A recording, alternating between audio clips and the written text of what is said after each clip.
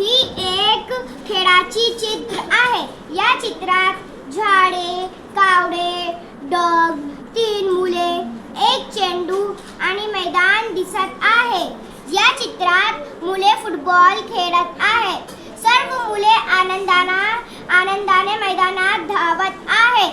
एक मुलगा चेंडूला पायाने मारत आहे. मुले संघ करून खेळत आहे. मुले आनंदी आहे.